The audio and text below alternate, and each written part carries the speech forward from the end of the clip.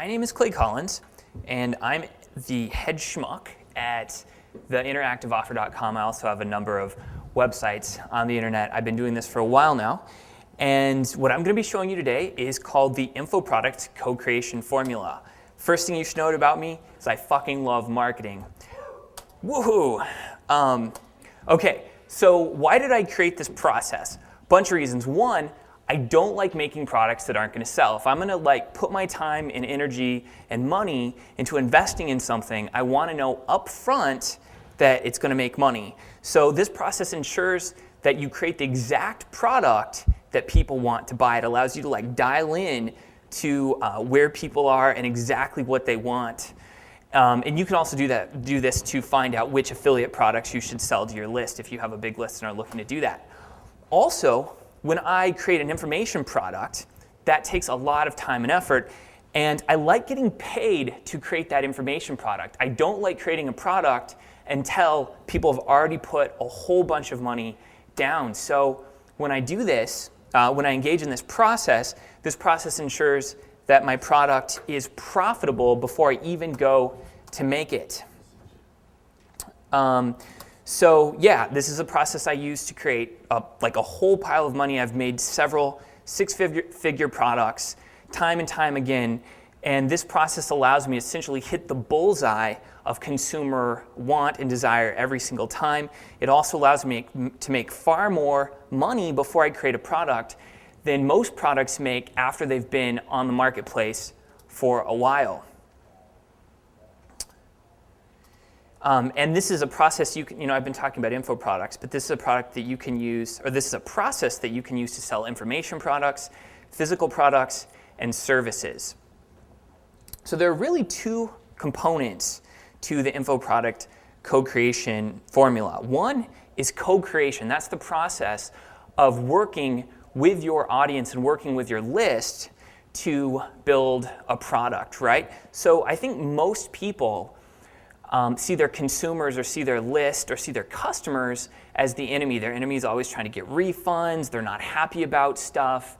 And frankly, they just don't buy enough of their shit. And co-creation sort of turns that on its head. It brings the consumer and the info product producer, puts them on the same side of the negotiating table and helps them work together. I think most consumers also see the person selling things as the enemy, and this gets the customer and the person creating the product to work together. So that's one component. The next component is pre-selling, and that's the process of just selling a product before it even exists. And it's also a great way to fund the creation of your product. So let's talk about these things. Let's talk about co-creation. For me, the co-creation process is fairly simple. It's kind of like a tennis match. There's a back and forth dynamic that's always in play. When I'm doing co-creation, every time I send out a marketing piece, I make sure that there's a call to action to get them to respond in some form, whether that's filling out a survey or leaving a comment. So I'll send something to my list, I'll ask them to leave me a comment, I'll again shoot that around and create a new piece of content that asks them to maybe fill out a survey, but there's always a back and forth. So with this process I'm going to show you again, it's kind of like a tennis match. You start out with a survey, and they respond. We're going to break down the details of all of this, but you start with a survey and they respond. Then you look at the survey results and identify the core need of your people and your list, and they confirm or deny. You actually go to them and say, hey, I'm going to make something for you, and it's actually the first version of this is going to be completely free. I want you to confirm or deny that this is exactly the thing you want. And then they come back to you and confirm or deny that. Then you give away the free report, and you use that free report to get testimonials and to start a conversation with your people about what exactly in that report or in that free product they want. So a lot of times people say, yeah, on page 5, you mentioned something, I have more questions about this, or I'd totally pay you $500 an hour to show me more about what you talked about on page 6 or on minute 12 of this video. You'll get a lot of responses like that. And then you go into the pre-sell. And if you do the pre-sell right, if you engineer the psychology of the pre-sell right, you can actually sell more before the product exists than you would if you were to sell the product after it exists. And we're going to talk about engineering that psychology because there's a very specific formula for doing this. And I didn't see what that last piece was, actually.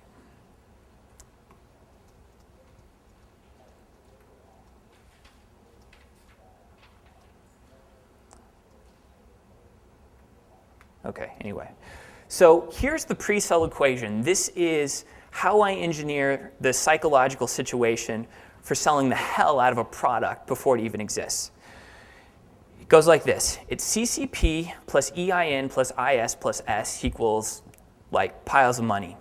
So CCP stands for the co-creation plot, right? So when I go to sell something, I try and create situations where people feel like they invented the product that I'm about to sell them. And I try and make it so that they feel like they're part of the narrative behind the creation of the formula. Like they heard me talking about this idea before it ever had a name, before it ever had a direction. They were participating, they were voting on logos, because I'll go and ask them, what kind of logo should I use? What should the slogan be? What 5 things do you want me to cover? And I'll get feedback. And I'll make sure that they feel like they are part of the story behind the creation of the product. So that's the CCP in this formula. EIN stands for Early Investor Narrative. In this culture, there are lots of stories of people who bought into something before it ever even existed and made a lot of money as a result. So we hear people who bought into Cisco before it even went public and became millionaires. We hear about people who joined a golf club and are just grandfathered into this really cheap early rate and end up like saving a whole lot of money. So that's the second component of this, is you want to create a situation where people feel like they are part of this early investor narrative. They can tell people stories about how they bought into this product before it even exists. They got maybe a 50% discount and saved a lot of money. They were one of the first people to buy it. The second to last piece is IS, which stands for insider status. So you want to give the people who buy something at the beginning status indicators. You want to call them if it's a membership site, for example, you want to call them founding members or founding buyers or inaugural buyers. You want to give them a title that only that first group of people who bought something before it ever existed received. And you can do stuff like they do with the badges here, where if you buy in at a certain level, you get a different color of badge. Whatever you can do to create status indicators, you should. And the last piece of this is S, which is scarcity, because the early investor narrative only works if so many people can be early investors. Status indicators or insider status only works if so many people have that status designation. So that's how you sell a lot of something before it exists, is you create this kind of psychological situation. But we're going to drill down into this a little bit further. So step 1 of the co-creation formula is just surveying your people. Now you can do this a lot of ways. It doesn't have to be with a survey. You can use blog comments. You can get Twitter feedback. There's a lot of ways to do this. The important thing is that you just get the information. So in this step, you go to your list and you introduce yourself. You tell your list that you've been meaning to create a free thing for them for a long time. And you might give some ideas generally about the free thing that you want to create for them. Usually a free video or a free report or a free something showing them how to accomplish their goals. Then you ask the following 3 questions. And these questions are absolute gold. I've tested the hell out of these questions, and they've made me a lot of money. So the first question is, what free information product would you love for me to create just for you? People love this question, right? It doesn't look like you're looking to scam them. You're looking, there's a lot of reciprocity built into this. You're saying, hey, if you give me an answer to this question, I'm going to give you a free thing.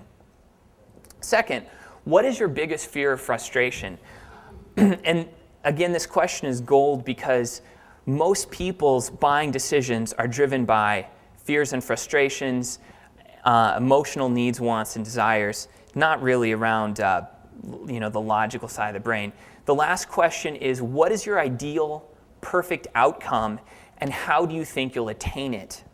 So it's important to not only know what they think their ideal outcome is and the language they use to describe their ideal outcome, but also to know how they think they'll attain it. Because in most situations, you know what people, you know how people are going to attain their goal, but they have a very different idea about how to do it. And usually, they think, what they think they're going to have to do to accomplish their goal is very different from what you know they need to do to accomplish it. But in your marketing, you want to sell people what they want, right? Even if it's a quick fix, you need to sell on, you need to sell on that, and then you need to give people what they want and what they need.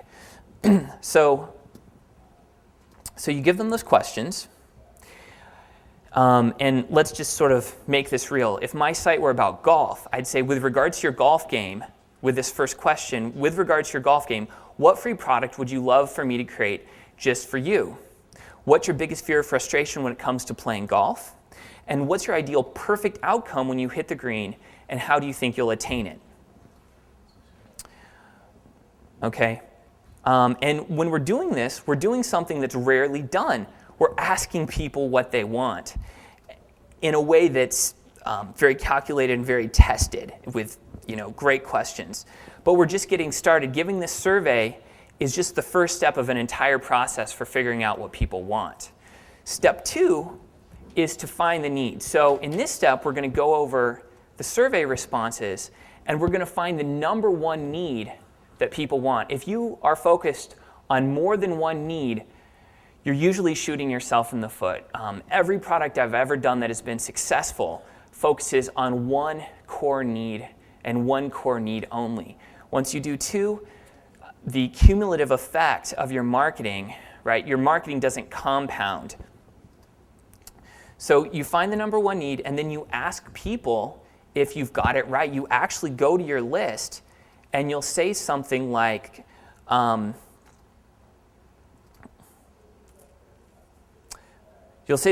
hey, I think I've identified the need is X with your golf game. Is this correct? And just a note on finding the clear need. Usually when you're looking through survey results, you know that you found a need if, one, that need represents itself over and over again. And I will not proceed with a product unless I feel depressed after reading the survey results. Meaning that I'm looking over people's fears and frustrations. I'm looking for their wants and needs. They're usually irrational. They're usually blaming other people. They're usually incredibly scared and in a tight spot, and they're usually very, very desperate. And unless I feel that level of desperation, that level of fear, that level of want, and that level of need, then I usually won't go forward.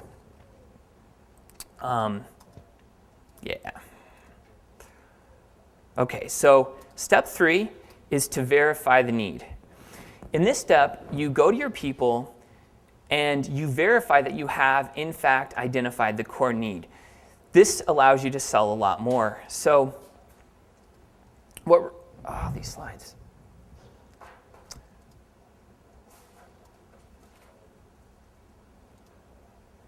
Okay, so in this step, you send out an email or a blog post to your list, right? So you've asked people what they wanted, they filled out the survey, you looked over the survey results, and then you go back to them, and you thank them for filling out the survey. You tell them, based on your survey results, what you think you know about what they need, but you tell them that you want to check in with them before you make it. And then you just say, hey, this is the information product that I'm going to create for you based on this survey results. Is this correct? And then you end by saying, I'm really looking forward to making this for you, but only if it's what you need. Anyway, if I spend like 2 to 3 days making this and you don't want it, then I'm going to feel like a total idiot. So here's what I'm going to do. If you feel like the thing I'm making, or the thing that I'm proposing to make, is what you want, but most importantly what you need, then let me know, and be sure to let me know why and how this information will help you out. And if enough people want it, if enough people respond and say they want this thing that I'm saying I'm going to make for you based on your survey responses, then I'll go ahead and make it. Are we going to have access to the deck? Yeah, you know what? I'll post my email address at the end, Okay. and you can email me, and I'll be happy to send it to you. So step 4 is based on people's feedback and based on the overwhelming response of people saying they want the product that you said you'd make for them, you give it away. So in this step, you create your free information product, and I really suggest that you don't spend more than 2 to 3 days creating it. And a good thing to do if you don't know exactly what your people want is just to create a free report that gives like the top 10 tips related to your customer's core need. Don't be stingy. I really recommend that you give away your best stuff, because when you give away your best stuff, people usually infer, the sort of the logic behind it goes, if this is the stuff they're giving away for free, how good is the stuff that they're eventually going to sell? And the answer to that question is usually amazing. So I often will give away my very best stuff in my free products. And then in my paid products, I just go much deeper into how to accomplish what I already told them how to do in the free stuff. And I just promote the hell out of that report. I make sure as many people as possible get it. So step 5 is just listen, right? You've put this free information product or this free report out into the world. And I encourage you to just wait a little bit after you put that out. People are going to ask for clarification on certain points. They're going to ask what you meant on page 4. They're going to ask more about tip number 10 in your report. And you're going to hear what pieces of your free content and your marketing really resonated and which pieces did not. And you'll probably get feedback on what people will pay for. People might say, hey, that thing you said on this page, I really would love more information about that. Can I buy an hour of consulting time with you based on what you said there? And that's going to give you an idea about how to turn that free product into a paid product. And I encourage you at this point to respond to all customer feedback. I think that's something that we don't do enough of, but at this point, this early on in the game, especially if you don't have an established information product business, I really recommend that you respond to all customer feedback. Okay, step 6 is to go ahead and pre-sell your thing. So you've asked people what they wanted in the survey. They responded. Then you said, hey, is this really what you want? I'm going to make a free product about this. They said yes. Then you made the free product and you put it out in the world, and they responded and told you what exactly they liked about the free thing. And then you go into your pre-sell. And let's talk about the pre-sell. You pre-sell your product. So when I go to pre-sell, I won't actually make the product unless I sell more than enough during the pre-sell to fund the creation of my product and make the entire venture profitable. So every single business I've had in the info product space has been profitable before I spent a cent creating the product. Can you explain that? I don't understand what you're saying. Okay, so if I'm selling a membership site, I'll go through this process with people. I'll run the survey and say, hey, I'm thinking about making a product for you, a free one. Can you just fill out the survey to let me know what you want? They'll respond to the survey and they'll tell me their biggest fears or frustrations, their wants and needs, all of that stuff. And then I'll take all that feedback and I'll say, hey, it looks like this is your core need, right? To the whole list, I'll say, it looks like this is your core need. You want to know more about how to cut your the number of strokes in your golf game in half. It's like everyone's saying this. Is this actually what you want? And people say, yes, yes, yes, that's the perfect thing. So then I'll make a free video with like maybe 5 to 10 tips on how to cut the number of their golf strokes in half. And when I put that free product out in the world, people will say, wow, tip number 2 was awesome. Can you give me more videos on that? Or they'll say, yeah, I'd love to do an hour of Skype coaching with you on this other thing that you mentioned. Or they'll just say, tip number 2 was way confusing. I don't know what the hell you meant there, right? So then based on that, I'll go and I'll say, I'll start a launch for a program that doesn't exist. I'm going to say, based on all your feedback, I'm going to create a golf membership site. you have the opportunity to buy in right now at 50% off what it's eventually going to be. I'm going to call you a founding member, right? So you get special privileges, you get more one-on-one time with me, you get to be a moderator in the forum, you get to do all these things that most everyone else is going to do. So you get a discounted price, you get elevated status. Also, they get to be part of that early investor narrative, right? They got in the site earlier, and hopefully you want to create a situation where all your products go up in price over time, right? So when you pre-sell it, it might be $100, but then when you eventually sell it, it's like $100, and then later on it's $200. So they can tell this story about how they got in for like $50 early on or $100 early on. And because they were around and they filled out the survey, and then they gave you tips on their free report, and they did all this stuff, they're part of the story behind how this membership site got created in the first place, right? So when you go to pre-sell, you announce that you received great feedback on the free thing, and based on the feedback, you decided to produce a product that gives a lot more of the same kind of information. And the key is to tell your customers that you're about to create a new product, and you just go into a launch, and you need to create scarcity. Tell them they're going to get 50% off, that they can buy it during a 4-day period. I never leave my cart open more than 5 days. I think that's a bad idea when you're doing a pre-sell. And you tell them that there's only going to be 50 spots, that there's 500 people on the emailing list, that they're only going to be able to get in during a 4-day window, and that 10 of your friends already bought it already. So there's like 40 spots or whatever, or 100 or whatever number you need to hit to make that thing profitable when you launch. And the text on that slide is messed up. Anyway, I already went over the pre-sale equation. So just to reiterate one last time, it's kind of like a tennis match, right? You publish the survey, they respond with their feedback. Based on that feedback, you identify the core need. They confirm or deny. You gave away the free report. They read and respond, and then you pre-sell. Anyway. So my time is up. Does anybody have any questions? Yeah. Can you give a site? Yeah.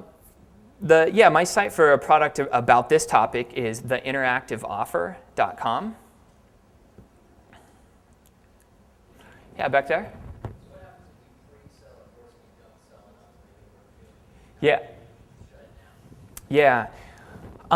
To be honest, that's never happened to me because I've gone through all these earlier steps of running the survey, giving the free thing away, gauging interest in the free thing, getting feedback from that. So I'm very rigorous up front. What I would do in that situation is I would just immediately refund everyone's money as quickly as possible. There are laws about this. If you do a pre-sale, it has to be legal. So in order to make everything legal, you could either follow all these FTC guidelines, or you could just say it's an event. You could say, I'm creating a 4-week course. It starts in 1 month. And as long as you turn it into an event, then if not enough, for example, if you take a class at Yale and you register for this class and only 5 people register for it, Yale shuts down the class, right? And you need to create a situation like that. If you buy a ticket on an airline and that airline only sells 2 seats on that flight, they shut the flight down. So that's kind of the model you want to go with here.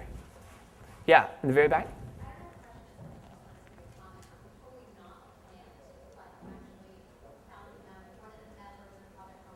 Oh, cool.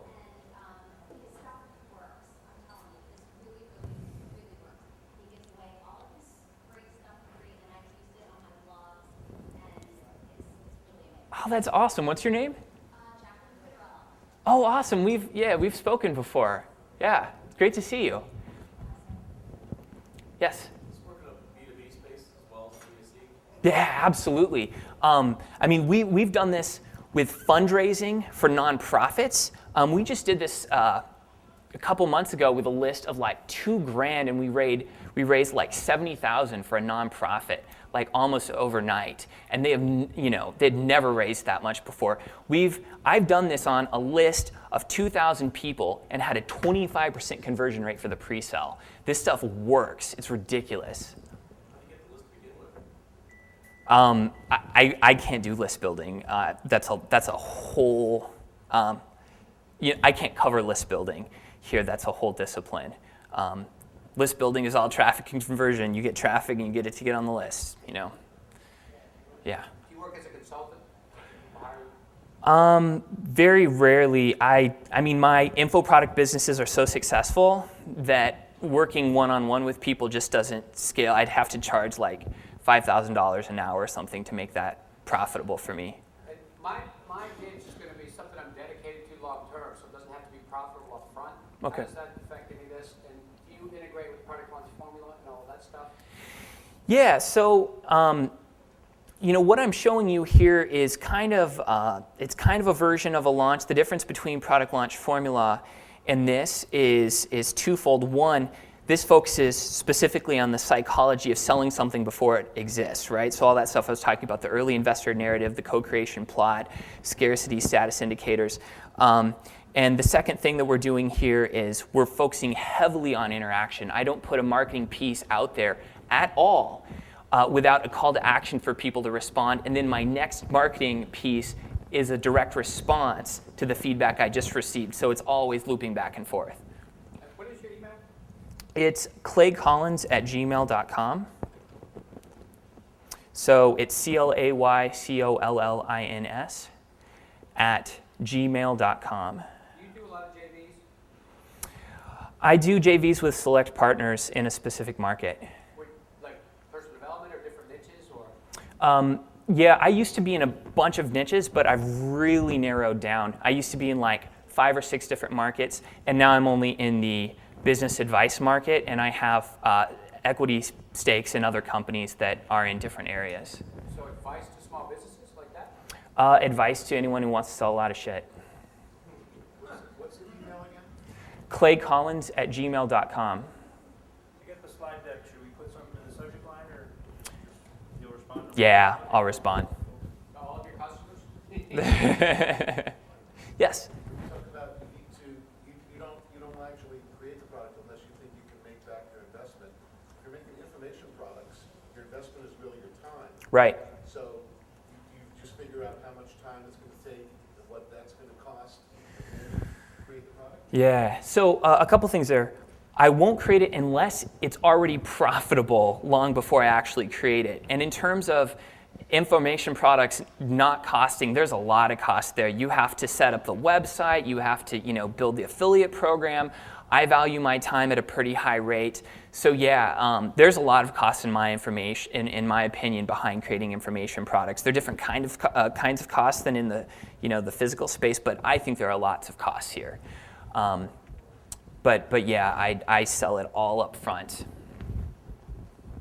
And the cool thing is that if you do a pre-sell, if you sell something before it even exists, then you're going to sell the hell out of it when you actually do the real launch, because you can say that people paid for this before it even exists. You're going to have a bunch of founding members who already are going to be giving you testimonials because they've bought it. You're going to know what your marketing message is ahead of time because you've already tested it during the pre-sell. There's just a whole lot of benefits to doing a pre-sell. Also, you can say, this sold for $100 initially.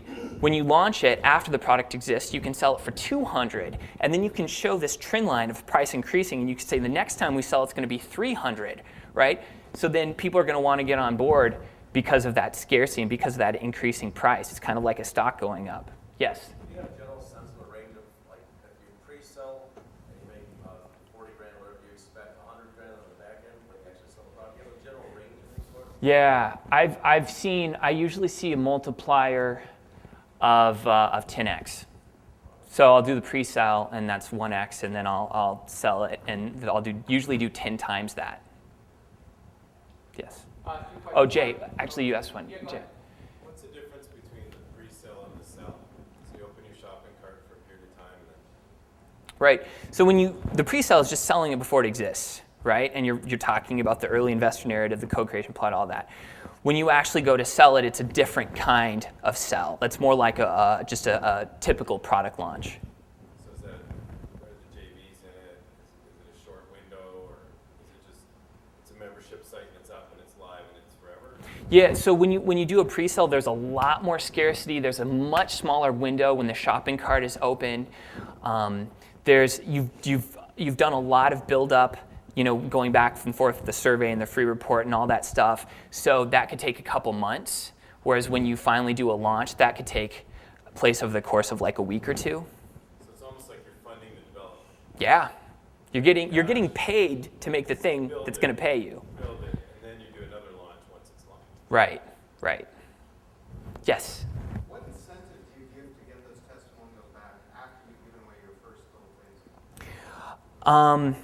In a membership site or in anything, there's always a call to action for a testimonial. So I'll put one of the tabs across my site and the membership site, just like leave a testimonial. At the end of videos, I'll say, hey, if this helped you out, leave a testimonial. When I get on calls with people, I'll say, hey, if you like this, leave a testimonial. My philosophy with information products is to deliver immense amount of value and then be like, be as upfront as you can about asking for that testimonial in return. And people are usually good for you. Be strong enough that they're willing to give it. Right, yeah. And information products are a great place where you can over-deliver, because when you over-deliver, that over-delivery can scale massively in a way that you can't do it with physical products. Yes? Two things. ClickBank, you like that or not? And then for membership sites, do you use things like Butterfly Marketing or Robert Putty? Or what do you recommend for membership site software? Okay. Yeah, I haven't used ClickBank personally. I have for this one product and this one market. But in general, I use my own affiliate management software, and I recruit. I know who all my partners are. We talk on the phone every week, and so I don't need ClickBank to get affiliates. In terms of the technical piece behind the membership side, I use Amember. Is that like a web, or is it the same company? Or? No, it's a different company. But Wishlist Member is also really good. It's a WordPress plugin that integrates with WordPress. And it's really seamless, it's really easy, and allows you to create a membership site in like 5 minutes. What's the name of that again? Wishlist Member. And for the affiliates, you do like they mail your product to your list and do a split, that kind of thing? Yeah, I always operate on a 50% commission rate. And so what software do you use for that, or is that proprietary that you created? Yeah, I've tried a whole bunch of affiliate solutions, and I really like affiliate management software that integrates with the shopping cart, right? So one shopping cart is like that, right? They handle the shopping cart and they handle the affiliate sale. So if you refund a sale, it not only refunds the money to the person, but it deducts the money out of what you owe the affiliate, right? So I like all that to be seamless. I don't like two pieces that kind of have to talk to each other. So one shopping is good. Infusionsoft also integrates the affiliate piece with the shopping cart. I don't use affiliate software or one shopping cart for my list. I just use it for those purposes. And then could you give a paragraph or so on recruiting and managing affiliates? I've really found that in any market, there's really 5 to 10 people that make up 95% of the leads in that market. And I think that when you've been in this game for a while, you know who those 5 to 10 people are. And it's really the most high leverage activity you can do is, rather than just going, talking to a room full of people and randomly trying to find affiliates and networking, just hound those 5 to 10 people, give, promote their stuff, give them hard drives full of like the best stuff you have. If they're in the middle of a launch, send them a gift certificate for a massage for them and their wife. Help people out when you can. Be really sensitive to what they're going through, and that pays off usually long term. Another thing to do is just have a really, collect ruthless amounts of data on how your offer converts and be able to show that. What about giving them part of my list? Like I have a big list. Like if somebody's really big, could I actually give him part of my list and say, here, just let him use it to mail and stuff? Would you recommend that? That might be slightly illegal. Oh, it is? Oh, okay. Yeah. If they double opt into me, it doesn't give me the. Right. Yeah. But you can mail for them. You know, you can send them to their squeeze page and have them opt in. Okay. Yeah. Any other questions? All right, that wraps us up. Thank you.